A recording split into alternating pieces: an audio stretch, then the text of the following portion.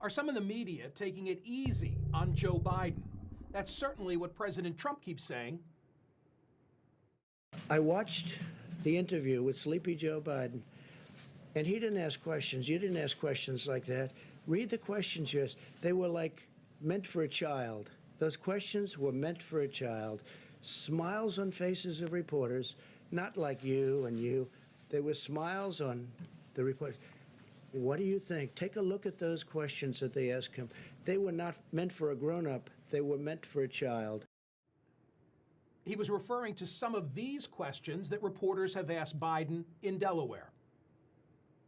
I think there are a lot of people out there who are supporting you or are inclined to not vote for the president who would say, why isn't Joe Biden angrier about all of this? You raised $364.5 million, your campaign in the DNC last month, a record for a monthly haul, apparently.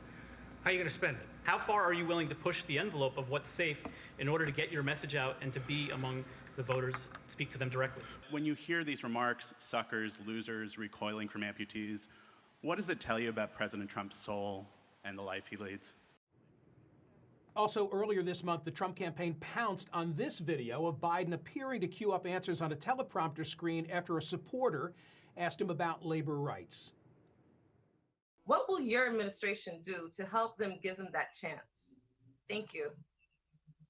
Move it up here. Here then was the reaction from Biden's national press secretary when asked about Biden's use of teleprompters.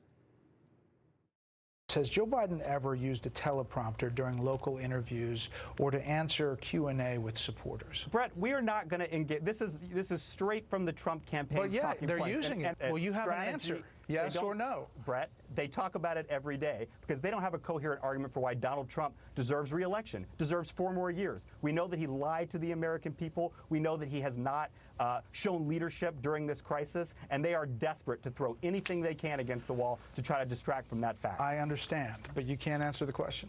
Brett, I am not going to allow the Trump campaign to funnel their questions through Fox News and get me to respond to that.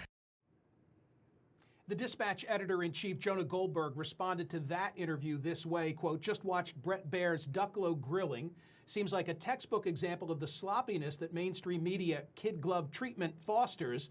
I understand most of the mainstream media wants Biden to win, but you don't help when you softball so much that factual questions are flummoxing.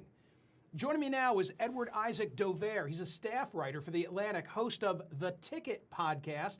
He asked Joe Biden one of the questions that you just heard in the press conference in Delaware. Isaac, thanks so much for being here.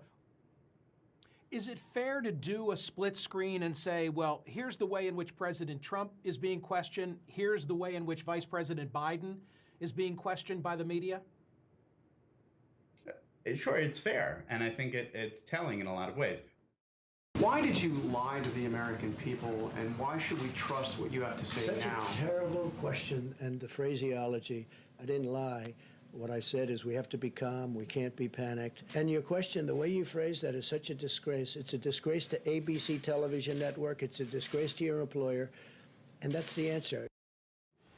Isaac, to the president's thinking, you know, why doesn't Isaac Dovere or anyone who's in the press corps in Delaware ever treat Joe Biden that way? You would say what? I would say that there is no question that Joe Biden has not been fully transparent sometimes, that he's spun, that he's twisted the facts a little bit. But we have not seen anything out of Joe Biden over the course of this campaign, over the course of his time in as vice president, that is as directly in opposition to the facts as we have regularly seen out of President Trump.